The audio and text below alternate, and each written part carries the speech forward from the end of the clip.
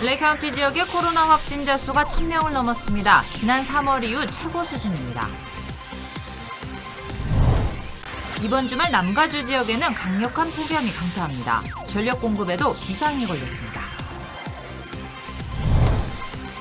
내년 3월 대통령 선거를 앞두고 해외 한인들의 선거운동은 사실상 금지됩니다.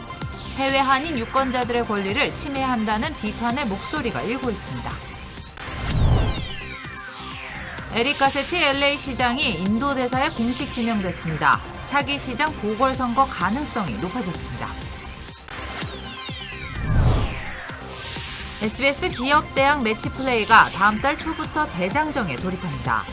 참가 신청은 213-407-6723, 213-407-6723번입니다. 라이언이 모든 카카오 프렌즈와 함께합니다. 그리고 한미 카카오 프렌즈 데뷔카드가 탄생했습니다. 한미 카카오 프렌즈 체킹 계좌를 열면 1% 캐시백과 카카오 프렌즈 캐릭터 상품도 드립니다. 지금 한미닷컴에서 확인하세요. LA 카운티 지역의 코로나 확진자 수가 다시 1,000명을 넘었습니다. 에릭 가세티 시장이 인도 대사에 공식 내정됐습니다. 관련 소식은 잠시 뒤에 전해드리겠습니다.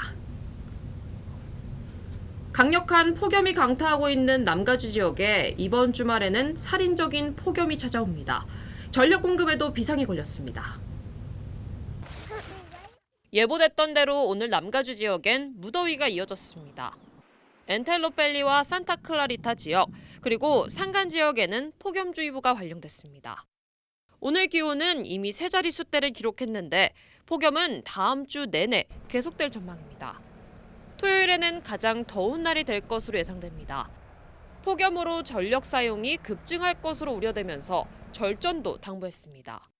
캘리포니아 주정부는 우선 오늘 밤 9시까지 절전 경보를 발령했습니다.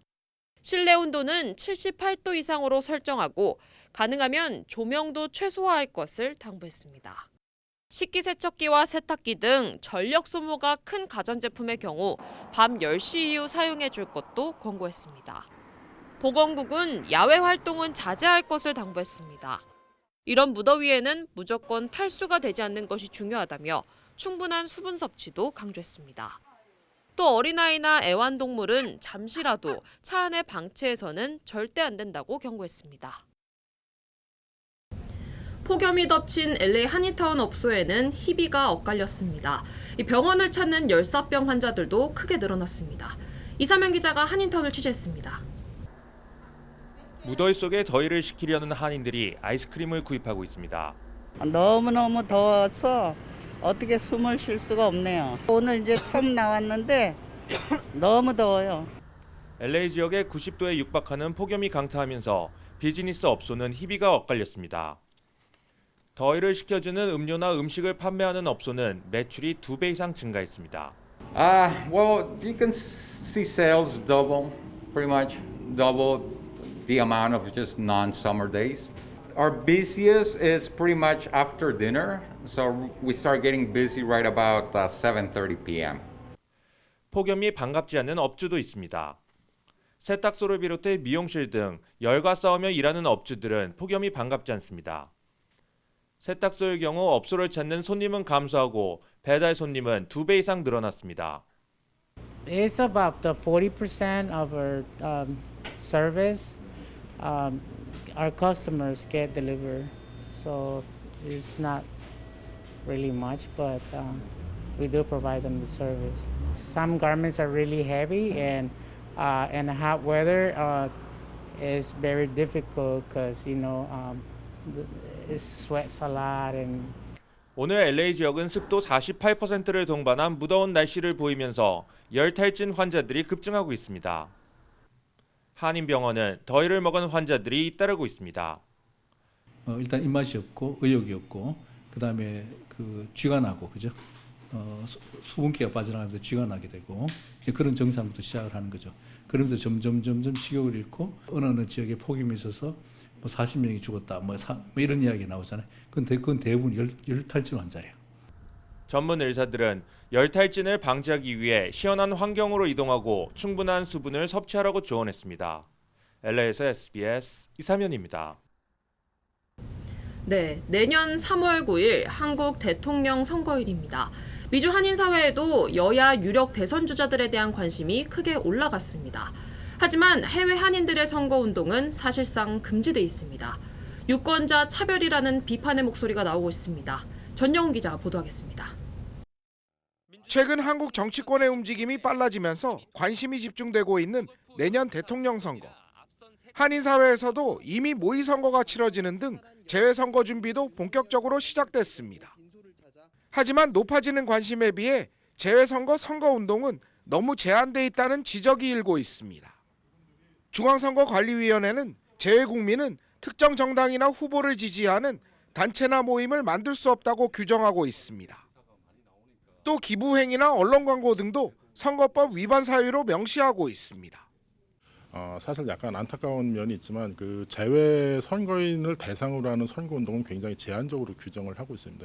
그 현실적으로 교민 여러분께서 자유롭게 하실 수 있는 선거 운동은 인터넷을 이용한 선거 운동.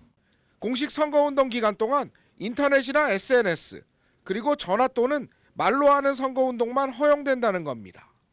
더구나 미국 시민권자들은 재외 선거에 대한 어떠한 선거 운동도 할 수 없도록 하고 있습니다. 마이크 쓰지 않고 그 실내에서 선거 운동 하시는 것도 가능하지만 그 경우에도 후보자에 대한 그 비방이나 허위사실 공표는 여전히 금지된다고 보시면 될 것 같아요. 그리고 단체가 단체 명의로 선거 운동을 하든지 단체 대표자 명의로 선거 운동하는 것은 여전히 금지가 되어 있습니다. 특정 정당이나 후보에 대한 지지 활동이 자유로운 한국에 비해 유권자 차별이라는 주장도 나옵니다. 본국의 국민과 함께 동일하게 모든 것을 누릴 수 있고 너무 까다롭고 힘든 그런 룰이 아니라 좀 더 자유스럽고 본인의 의견을 개진할 수 있는 너무 엄격한 선거운동 규정이 결국 저조한 재선거 참여로 이어질 수 있다는 우려의 목소리까지 나오고 있습니다. LA에서 SBS 전영웅입니다. 캘리포니아주 학부모 10명 중에 8명은 가을 학기에는 대면 수업을 선호하는 것으로 조사됐습니다. USC와 캘리포니아 교육정책 분석이 실시한 설문조사에서 80%의 학부모들은 주 5일 대면 수업을 지지한다고 답했습니다. 온라인 수업이 선택사항으로 유지되기 바라는 학부모들도 71%나 됐습니다. 교육 전문가들은 대면 수업이 실시되면서 나타날 수 있는 따돌림이나 인종차별을 우려하는 학부모들이 많다는 사실이 확인된 것으로 해석했습니다. 이와 함께 집중과외와 방과후 활동을 위한 추가 지원도 선호한다는 응답이 90% 가까이나 됐습니다. LA 카운티 지역의 델타 변이 확진자 수가 또 급증했습니다. 오늘 확진자 수는 1,000명을 넘었습니다. 백신 접종자에게는 비교적 가벼운 증상이 나타나지만 미접종자는 심각한 증상을 앓을 수 있다는 점을 보건국은 강조했습니다. 백신 접종 지금이라도 꼭 하셔야 되겠습니다. 이사면 기자입니다. LA 카운티에서 코로나 신규 확진자가 1,007명 발생했습니다. 지난주와 비교해 2배 급증한 수치입니다.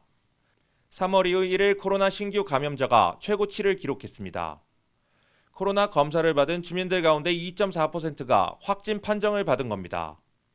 지난주 1.5%와 비교해 2배 가까이 상승했습니다. 전문가들은 LA 지역에서 델타 변이 감염자가 빠르게 증가하고 있다고 분석했습니다.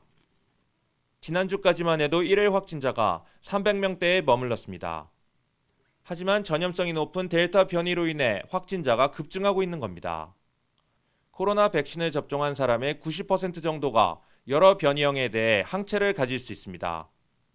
LA 카운티 보건국은 백신 비접종자들은 서둘러 접종할 것을 당부했습니다. SBS 이사면입니다.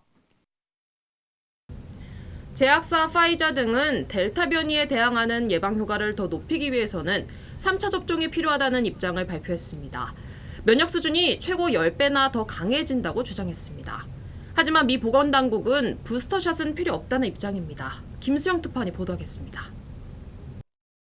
화이자와 바이오엔테크는 2차례 맞는 코로나 백신을 한 번 더 맞을 경우 고무적인 효과가 나타나고 있는 걸 관찰하고 있다고 발표했습니다.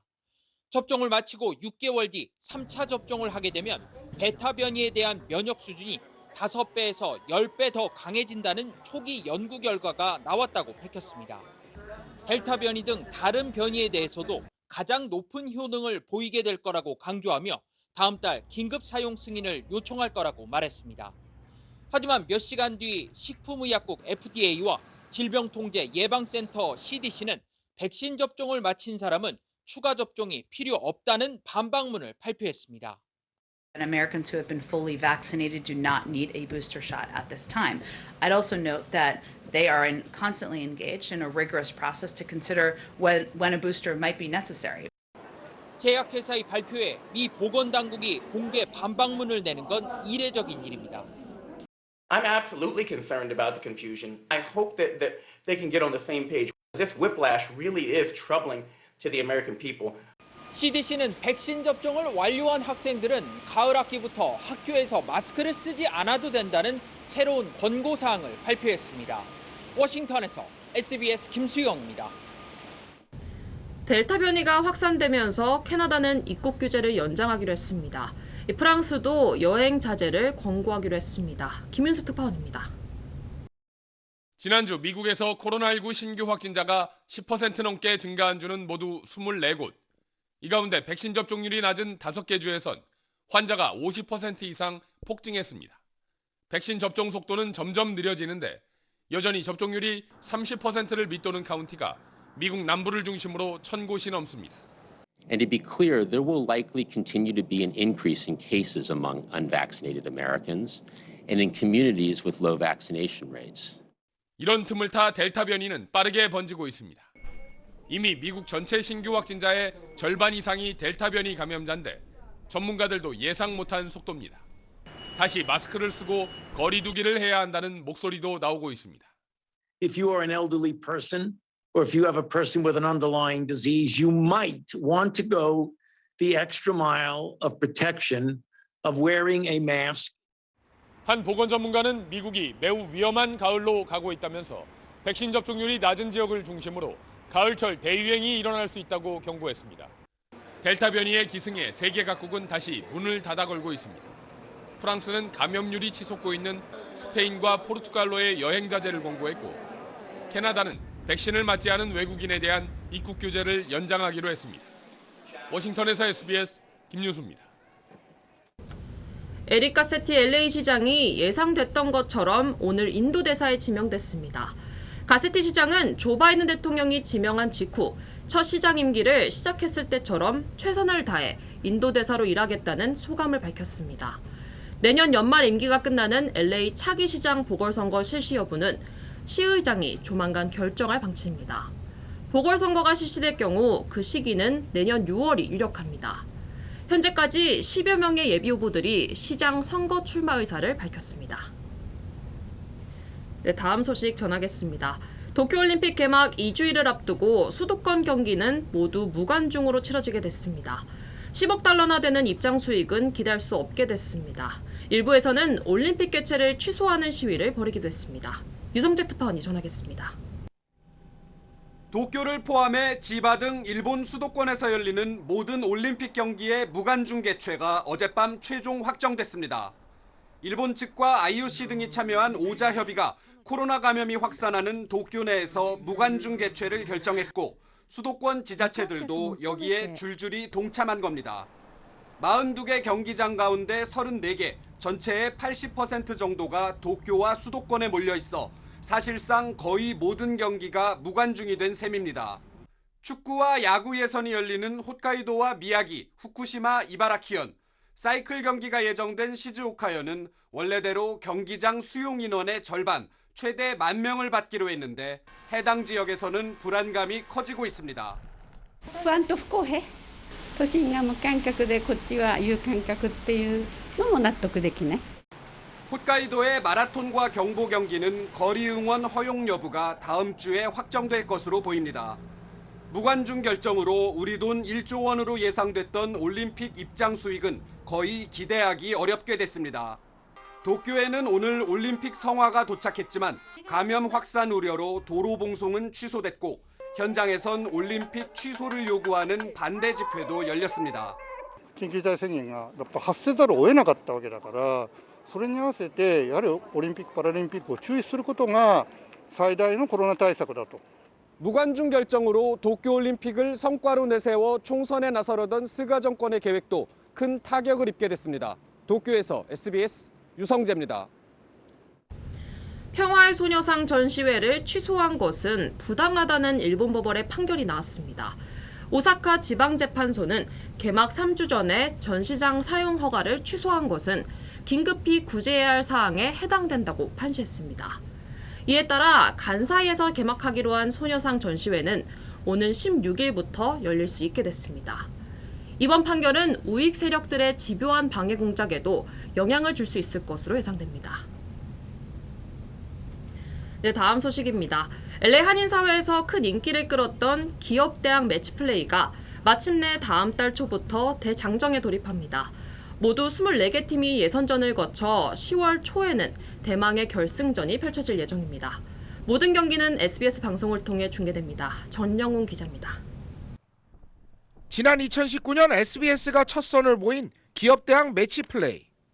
매경기 짜릿한 명승부를 펼치며 한인사회에서 유일한 직장대학 스포츠대회로 자리 잡았습니다. 올해 기업대학 매치플레이는 7월 말 조추첨을 시작으로 대장정에 돌입합니다. 우메켄이 후원하는 이번 대회는 코로나로 힘든 시기를 보낸 한인사회에 신선한 활력소가 될 전망입니다.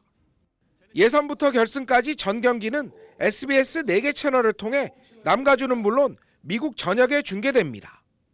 직장마다 출전한 동료를 응원하는 색다른 재미와 기업 인지도 상승 효과까지 기대됩니다.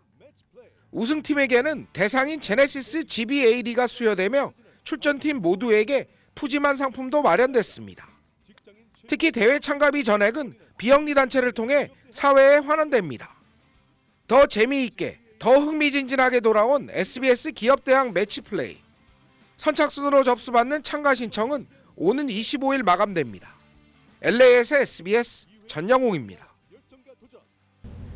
롱비치시가 저소득층 가구에게 매달 $500를 지급하는 기본소득 제도를 시범 운영하기로 했습니다. 대한항공이 글로벌 고객 만족도 평가에서 또 1위를 차지했습니다. 전국의 주요 한인사회 소식을 이원정 기자가 정리했습니다.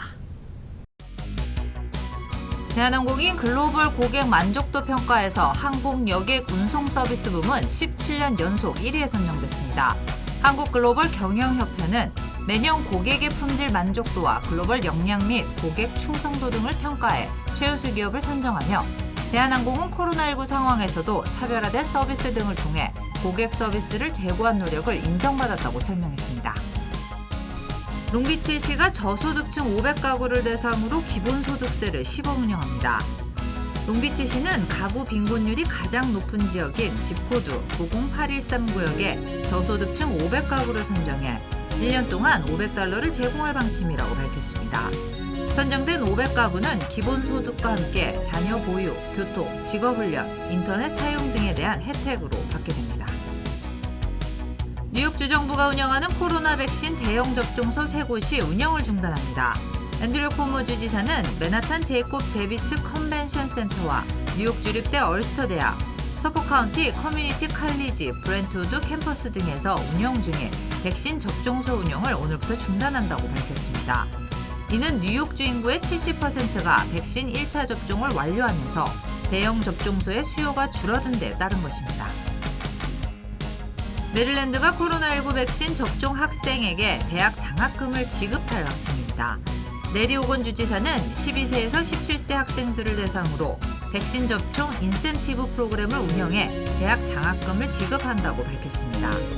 오는 12일부터 9월 5일까지 8주간 매주 2명씩 추첨하고 노동절인 9월 6일에는 4명을 뽑아 총 20명에게 각각 $50,000의 상금을 지급합니다. 시애틀에 위치한 한인 호텔이 킹카운티 정부에 팔렸습니다. 킹카운티는 홈리스들을 수용하기 위해 노스 시애틀에 있는 할리데이 인 익스프레스 앤 수트를 $1,750만 최종 구입했다고 밝혔습니다.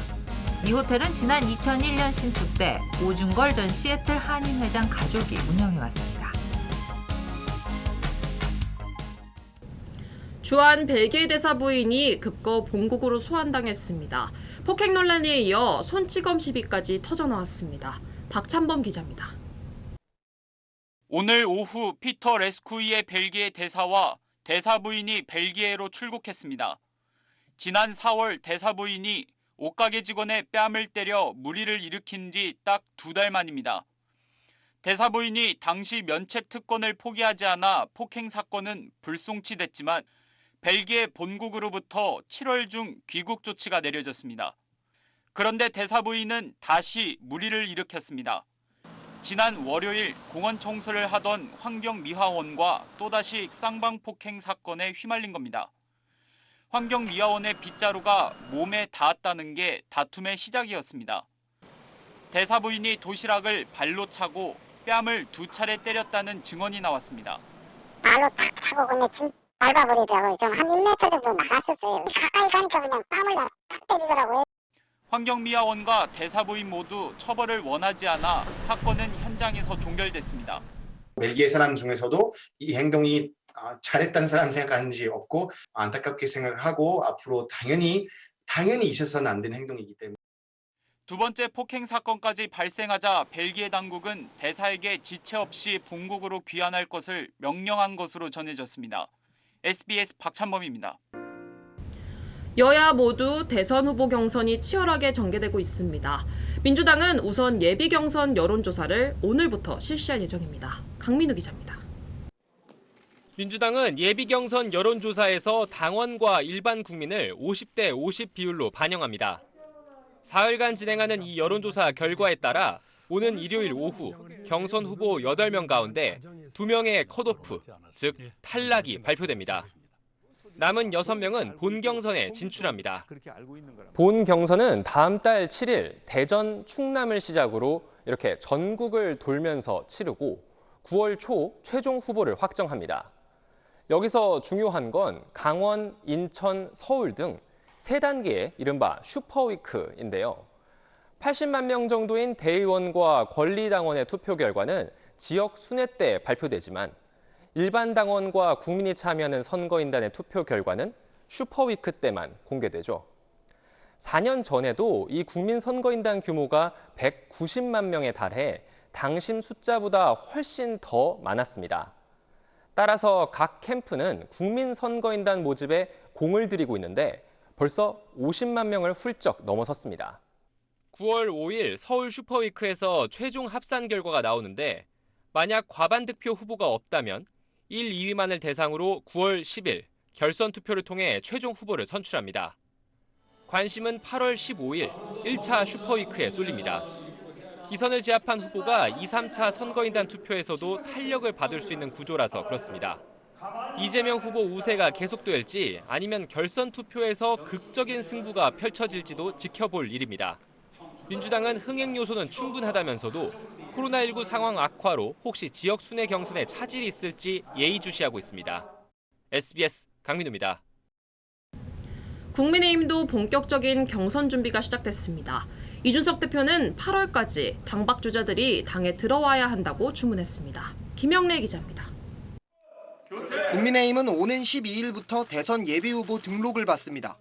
8월 말 정도까지 대통령 후보 선거관리위원회가 출범하기 전까지 경선과 선거에 관한 모든 준비를 담당하게 되어 있습니다.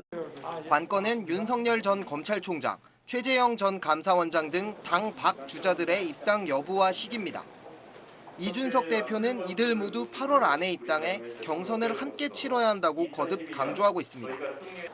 그런데 최근 김종인 전 비상대책위원장이 다른 목소리를 내기 시작했습니다. 김 전 비대위원장은 SBS 기자에게 윤 전 총장이 입당하지 않으면 지난번 서울시장 선거와 마찬가지로 100% 여론조사를 통한 단일화가 유일한 방법이라고 말했습니다. 그러면서 야권 단일화 시점은 국민의힘 당원당규상 대선 후보 선출 기한인 11월 9일 전후로 내다봤습니다. 밖에 계신 분들이 지지율을 계속해서 유지하고 있고 경선에 가치는 안 오고 있을 것 같으면 그때 가서 방법이 뭐가 있어요? 이런 가운데 여성가족부 폐지론을 거들었다가 성별 갈라치기란 비판을 받았던 이 대표는 오늘은 통일부 폐지를 언급했습니다.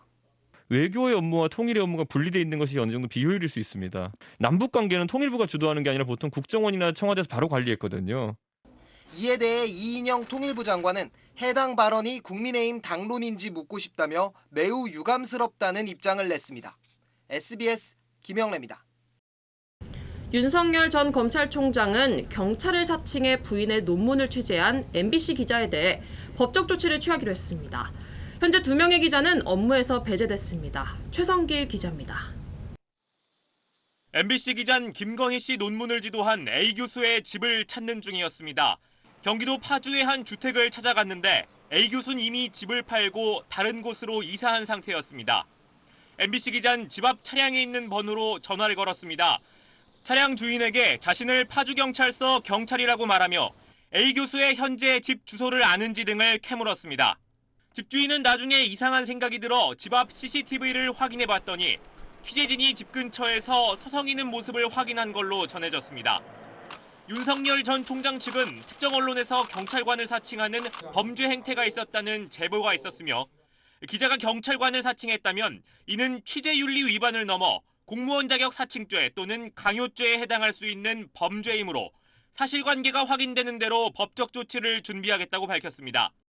MBC 측은 승용차 주인과 통화하는 과정에서 기자가 자신을 경찰이라고 밝힌 것으로 확인됐다면서 기자 신분을 밝히지 않은 취재진 2명을 관련 업무에서 배제하고 사규에 따라 책임을 묻기로 했다고 밝혔습니다. SBS 최선길입니다.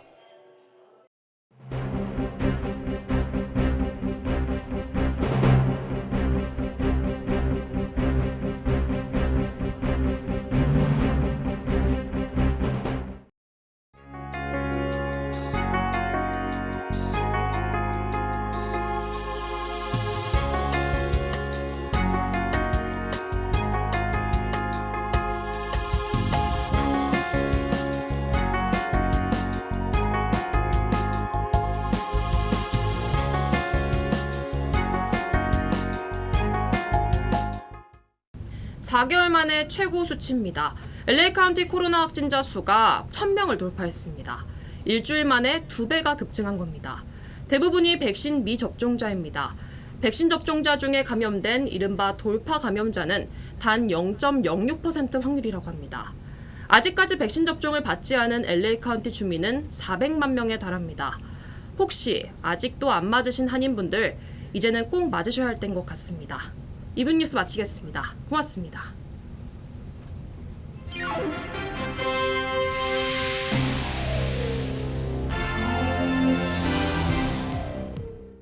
라이언이 모든 카카오 프렌즈와 함께합니다. 그리고 한미 카카오 프렌즈 데뷔카드가 탄생했습니다. 한미 카카오 프렌즈 체킹 계좌를 열면 1% 캐시백과 카카오 프렌즈 캐릭터 상품도 드립니다. 지금 한미닷컴에서 확인하세요.